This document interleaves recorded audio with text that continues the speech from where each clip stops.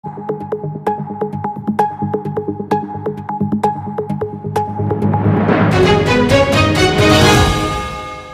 Back Marwadi ఉద్యమం ఉధృతం.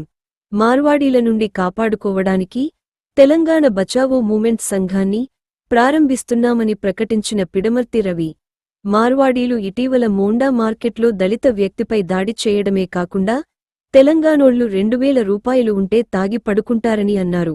మార్వాడీల నుండి మనల్ని మనం రక్షించుకోవడానికే ఈ సంఘాన్ని స్థాపించాం. ఎస్సీ కార్పొరేషన్ మాజీ చైర్మన్ పిడమర్తి రవి. ఒక సంఘం ఉండాలన్నది మా ఉద్దేశం.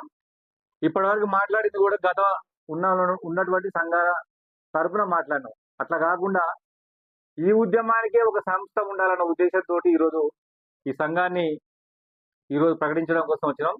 మన సంఘం పేరు తెలంగాణ బచావో మూమెంట్.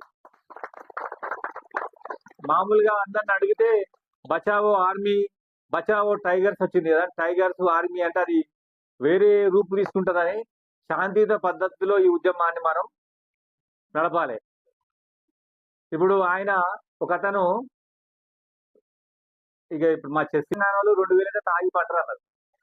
మళ్ళీ పైకేరి ఏం మాట్లాడుతున్నట్టే మేము సీఎంను కలుస్తాము, మమ్మల్ని రక్షించాలని. కొట్టిందే వాళ్ళు. అంటే రేపు మనం ఏదైనా చేస్తే ఎంత పెద్ద ఎత్తున మన మీద మాట్లాడుతారో చూడండి. ఇవాళ ఒక ఇంపార్టెంట్ వ్యక్తి ఇక్కడికి వచ్చిండు. అన్న పేరు కరటే శ్రీహరి. వీళ్ళ టీం అంతా కూడా గద్వాల్లో పెద్ద ఎత్తున